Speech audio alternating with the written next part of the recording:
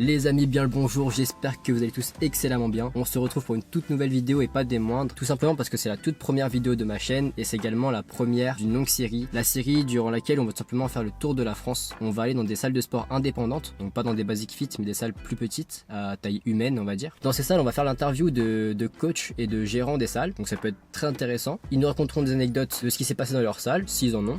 Et puis nous on ira découvrir un peu leur salle pour donner un peu notre avis et tester un peu leur matériel. Donc là on se retrouve chez Speedform avec le gérant en interview et en même temps je vous montrerai un peu la salle. A tout de suite. I have to fall apart to get to see you. Ok Stéphane, tu vas te présenter. Alors je m'appelle Stéphane, j'ai 46 ans, filière fac de sport, j'ai fait à Orléans, sportif, beaucoup de foot, beaucoup d'athlétisme, un petit peu de musculation au démarrage. Et maintenant du coup tu es propriétaire d'une salle de sport du coup à la mode Beuvron. Ça fait combien de temps que tu l'as ouvert cette salle? C'était le 1er avril 2004, donc 20 ans pile poil. Tu nous parles un peu de l'évolution de la salle parce que j'imagine que ce qu'il y a maintenant ça n'était pas il y a 20 ans. Ah ouais, c'était compliqué il y a 20 ans, le fait c'était pas ce qu'était maintenant, il y a 20 ans c'était un ancien temps, je sais pas si toi t'es jeune, tu te rends pas forcément compte mais...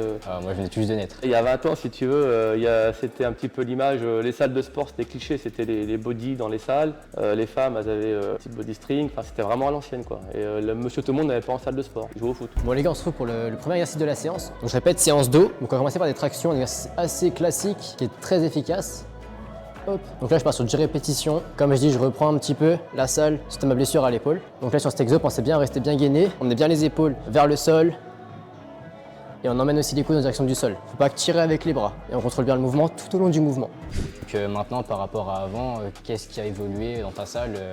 Du coup je pense c'est pour ça qu'on a perpétué, c'est qu'on a suivi l'évolution en fait. On a commencé petit, on a évolué, donc on était dans des bâtiments de la commune de la mode Beuvron pendant à peine 3 ans. C'est vétuste, une ancienne école, mon ancienne école primaire d'ailleurs, donc c'est quand même rigolo quoi. Et puis on a acheté du matériel d'occasion, d'une salle sur Orléans qui avait fermé, vraiment très vétuste, mais un peu de cardio qu'on avait acheté neuf au démarrage. Cardio c'est ce qui est plus compliqué quand tu prends d'occasion, ça peut être vite en galère. Et des vieilles machines, on a commencé tout petit, 80 mètres carrés, le bâtiment communal. Ok, on se retrouve pour le deuxième exercice de la séance. Donc là, on part sur un T-bar. Donc T-bar, je rappelle, on trouve une fixation pour la barre.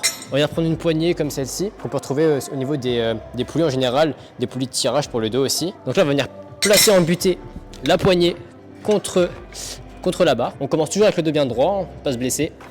On pousse dans les jambes, on se place bien, on replace ses jambes, le dos toujours bien droit. On va venir emmener les coudes loin derrière, avec les épaules pour bien resserrer le dos. C'est vraiment un exercice qui est super. Et en plus, ça permet de travailler le gainage.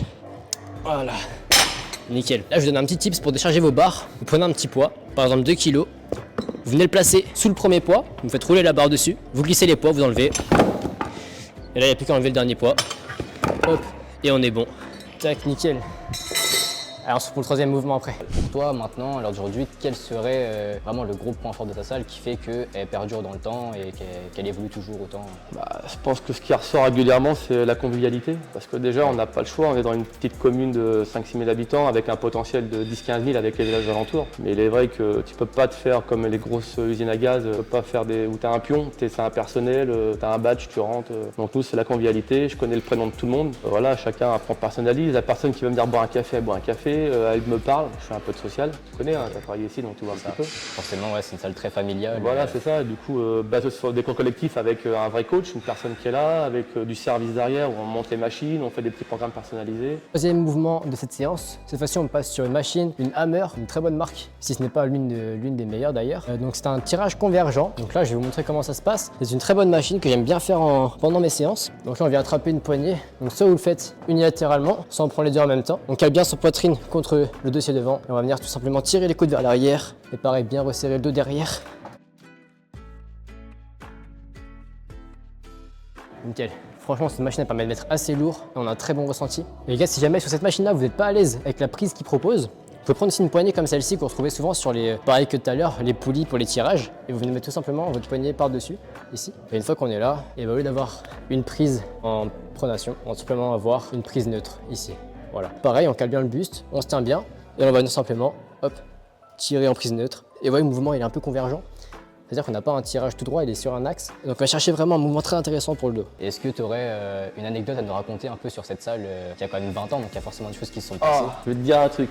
L'anecdote la pire de ma vie, qui a été la pire et la meilleure aussi. Donc on a ouvert en 2004. Donc on avait un bail précaire de 2 ans avec la commune de la Motte. Le maire, je l'avais vu en fait en entretien. Je lui ai dit écoutez, est-ce qu'on peut repousser d'1 an pour voir un peu ce que ça commençait à prendre, mais pas forcément de fou pour en vivre correctement. Donc je me laissais encore 1 an pour voir si je faisais construire un bâtiment ou pas. Il dit pas de problème. Sauf que la veille, il y a l'adjoint qui est venu me chercher les clés pour récupérer la clé du bâtiment. Donc ça c'était dans ton école. Voilà, alors que le maire, je l'avais vu officieusement, mais t'inquiète pas, on va te faire un bail, mais j'avais rien en main, quoi. Et moi, je t'avoue, je suis pas les papiers, ça m'intéresse pas, donc bon, je dis ok, on serre une poignée de main, je fais confiance. Sauf qu'il me l'a fait à l'envers, il me dit ouais, je vais prendre ta clé, enfin l'adjoint au maire, et donc c'est terminé. Et comment ça, j'avais peut-être à l'époque 150, peut-être 200 adhérents à peine, peut-être, je peux pas les planter, j'étais très bien, je les connaissais tous un par un, voilà. Et du coup, je lui ai filé une clé, mais c'était pas la bonne clé. Je lui ai filé la clé du cabanon de l'autre côté en fait. Et il savait pas l'adjoint au maire. Puis il était mal reçu, donc forcément, ça s'est un petit peu pris le bec, je te passe les détails. Je lui laisse la clé du cabanon, je lui vois la clé. Et sauf que le lendemain, direct, j'appelle, je suis revenu sur mon lieu de travail, j'ai ouvert la salle comme tout le monde, enfin comme tous les jours. J'ai appelé la presse, c'est la Rêve du Centre, je crois, et je leur ai dit, voilà, le maire il est malhonnête, il va me mettre dehors, alors qu'il m'a dit, il n'y a pas de problème, on vous reconduit d'1 an. L'article sort le lendemain, il m'a dicté, monsieur Torrent a dit, le maire de la Motte est malhonnête, enfin bon, c'est un escroc, je sais plus ce que c'est exactement. J'ai encore l'article, il faudra que je te fasse voir. Et du coup, le maire, il voit ça, convoqué le lendemain, même pas l'après-midi même, avec tous les adjoints, il me balance sur là, il me dit, c'est quoi ça veut dire quoi Stéphane? Et je dis, écoutez, vous pouvez me mettre dehors, je me défends. C'est la seule main que j'ai rappelée. Du coup, alors après, réunion à la salle avec les adjoints, c'est parti un petit peu en... Et du coup, avec la pression qu'on lui a mis, il dit écoute, c'est simple, je te laisse 9 mois. Dans 9 mois, tu pars du bâtiment, c'est hors de question. On a signé un bail en bonne et due forme, on a fait ça, et du coup, en 9 mois, j'ai l'autorisation de faire construire, qu'il a accéléré la chose, donc on s'est un petit peu arrangé ensemble. Et puis, du coup, en 9 mois, on a fait le bâtiment, je me suis barré. Donc, ça a été un mal pour un bien, parce que du coup, voilà, ça m'a permis d'évoluer. Ici, on est passé maintenant à 600 mètres carrés plus 100 mètres carrés extérieurs, donc toi, on est passé de 80 mètres carrés à maintenant, au bout de 20 ans, 700 mètres carrés. C'est vraiment une salle qui est quand même très belle, qui est quand même. Je sais pas, après moi, je peux pas juger ma salle, mais j'essaie de faire ce que je peux de mieux, quoi. Voilà, je l'aime. On part pour le 4e mouvement de la séance. Donc cette fois-ci, on est sur un tirage vertical que vous pouvez retrouver vraiment dans toutes les salles. Mais celle-ci, je sais qu'il y a pas mal de salles où on peut retrouver aussi ces poignées, mais pas partout. C'est des poignées MagGrip, si je dis pas de bêtises. Plus exactement, vous pouvez me dire en commentaire si vous avez le nom exact. En fait, ça permet d'avoir un crochetage au niveau de la main qui est quand même correct, avec une prise neutre. Et ça permet également de ne pas avoir trop mal aux mains. Pour ceux qui n'aiment pas avoir des ampoules avec les barres en métal qu'on peut retrouver un peu partout, comme celle-ci, qui ont un bon grip, mais parfois les gens n'aiment pas, tout simplement parce que ça fait un petit peu mal aux mains. Celles-ci sont vraiment très bien. Donc là, on va venir crocheter la barre avec sa main et son pouce sur le cage à côté. On cale bien ses jambes pour être bien fixe et pas avoir d'un coup. On va venir emmener les épaules vers le bas, tirer la barre proche de soi, les coudes en direction du sol, on passe le menton. Donc la barre est toujours proche de soi. Ça sert à rien de se pencher trop en arrière non plus là.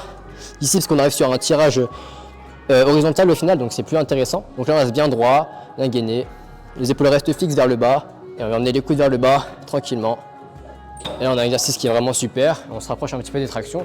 Ça peut être aussi une alternative pour ceux qui n'ont pas encore les tractions, de commencer avec un mouvement de tirage qui pourrait ressembler un petit peu. Comment tu verrais ta salle dans quelques années? Est-ce que tu penses qu'elle continuera d'évoluer encore avec le temps, ou est-ce qu'on a déjà atteint un palier ou... Moi, maintenant, je commence à vieillir, donc je pense qu'encore quelques années, puis après, je laisserai la place. Ce qui serait bien, c'est qu'une personne comme toi elle reprenne la salle, parce que je serais hyper content, toi. Ouais, puis on garderait... Ah ouais, cet esprit, vous voyez ce que... Moi, base, le but, c'est que ça perpétue et pas que ça capote. Tu vas trouver je sais pas si t'as un nom, parce que je les aime pas trop, mais une sorte de gros locos qui viennent pour acheter la salle, qui foutent l'enseigne, et puis avec un badge, et voilà, terminé. Donc là, ça casserait vraiment tout ce qu'on a fait. Et merci de toutes tes réponses, et puis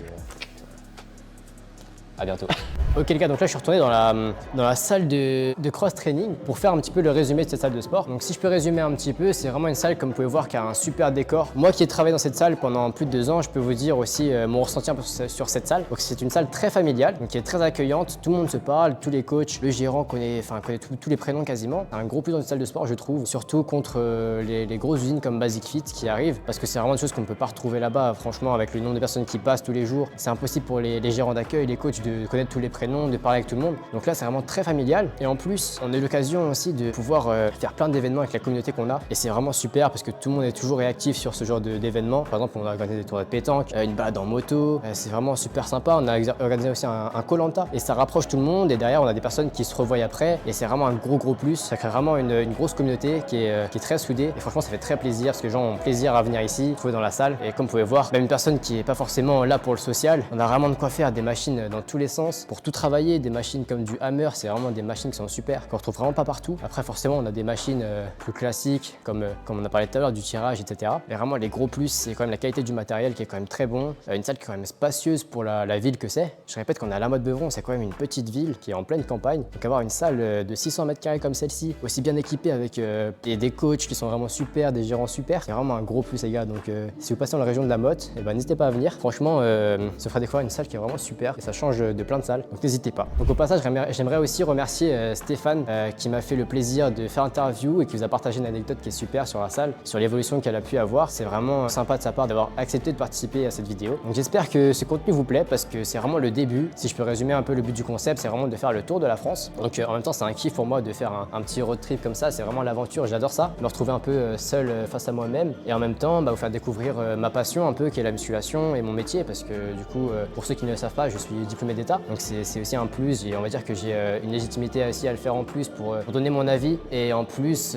j'aimerais beaucoup faire la promotion des salles comme celle-ci, des salles indépendantes qui sont concurrencées par les usines comme Basic-Fit, etc. qui s'implantent de plus en plus en France. Heureusement ou malheureusement, je ne sais pas. Moi j'aimerais bien qu'on garde quand même cet aspect familial qu'on peut retrouver, des salles. N'hésitez pas à me donner en commentaire si vous avez des salles aussi qui sont un peu dans ce style-là, donc des salles indépendantes dans vos villes que vous trouvez sympas et que vous aimeriez que je fasse une vidéo là-bas, et n'hésitez pas à me dire, à m'envoyer un petit DM sur Insta. Mon Insta c'est comme mon YouTube, c'est comme partout, Mathys PRM. Et puis on se retrouve dans la prochaine ville. À plus.